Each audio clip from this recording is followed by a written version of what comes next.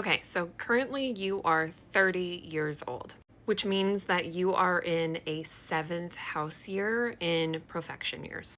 Profection years, for those who are wondering and are lost, is a astrology term. Each year of your life has the themes of a house in your natal chart coming up. And depending on the sign that rules over that house that you are in the year of, that planet that rules that sign is your time lord for the year. And that really just means that the planet that rules over that house that you're in is the one that has a lot of influence over the themes that you have this year. So, as you mentioned, you're currently 30 years old, which means that you are in your seventh house year because the age of 30 is under the seventh house year in profection years, which means that this year, when you turn 31, you then start an eighth house year.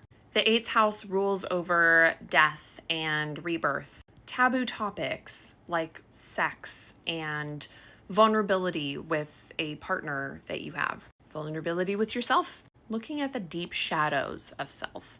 It's also a house that rules over debt and taxes. It also rules over witchcraft and the occult.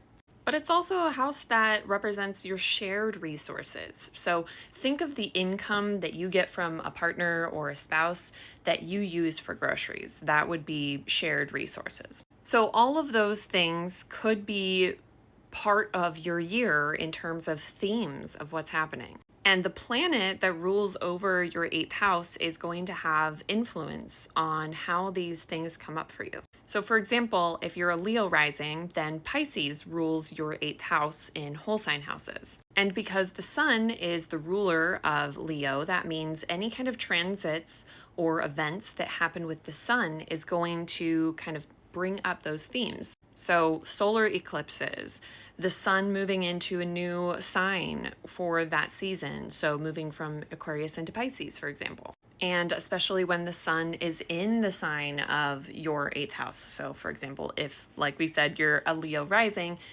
it moves through into Pisces, then you're really going to have those themes start coming up. So yeah, that's just a little tidbit of what a profection year is. But let me know if you have any other questions in the comments.